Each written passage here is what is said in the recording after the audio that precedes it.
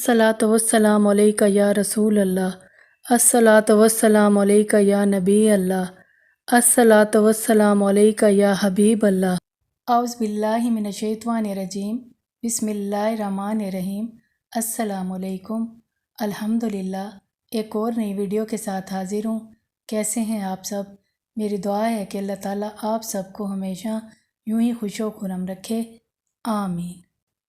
आज की आयत का तर्जुमा पेश खिदमत है। सूरतुल मारिज आयत नंबर 34 ता 35। और वो जो अपनी नमाज की हिफाजत करते हैं ये लोग हैं जो जन्नत के बागों में इज़्ज़त के साथ रहेंगे। सुबहान अल्लाह। ला हौल वला कुव्वता इल्ला बिल्लाह, जिसका तर्जुमा है अल्लाह की तौफीक और मदद के बग़ैर गुनाह से बचने की ताकत और कोई नेकी करने की कुव्वत नहीं।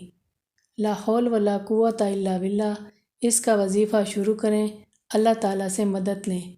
हर लम्हे अल्लाह ताला को याद रखें, क्योंकि अल्लाह ताला ही वो वाहिद ज़ात है जिसके कब्ज़े में कुल कायनात है। अल्लाह जिसे चाहे बेहिसाब रिज़्क़ देता है। अल्लाह ताला तमाम मसाइल का हल जानता है। वो दिलों के हालात से वाकिफ़ है। ला हौल वला कुव्वता इल्ला बिल्लाह जन्नत के ख़जानों में से एक ख़जाना है। तमाम मसाइल का हल इसमें पोशीदा है। अगर आपको किसी भी किस्म की कोई परेशानी लाहक है, माली तंगी है, कर्ज़ का पहाड़ खड़ा है, फाकों की नौबत आ गई है, हाथ खाली हैं, बेहद परेशानी है, इस हवाले से मैं आज आपके लिए एक मुजर्रब वजीफ़ा लेकर हाजिर खिदमत हुई हूँ। वजीफ़ा ये है, इस वजीफ़े को शुरू करने से पहले आपने 100 रुपये की खैरात ज़रूर करनी है और नमाज इशा के बाद अलग थलग बैठ कर अव्वल व आखिर 11-11 मरतबा दुरूद शरीफ पढ़कर 11 तस्बीहात 11 दिन तक ला हौल वला कुव्वता इल्ला बिल्लाह की पढ़नी है। जब वजीफ़ा ख़त्म हो जाए और आपके मसाइल हल हो जाएं तो हस्बे तौफीक खैरात कर दें और हस्बे तौफीक सफ़ेद चीनी कीड़े मकोड़ों को भी डाल दें।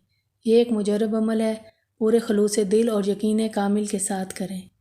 अल्लाह ताला हम सब की जायज़ ख्वाहिशात पूरी फरमाए और रिज़्क़ में बरकत अता फरमाए, आमीन।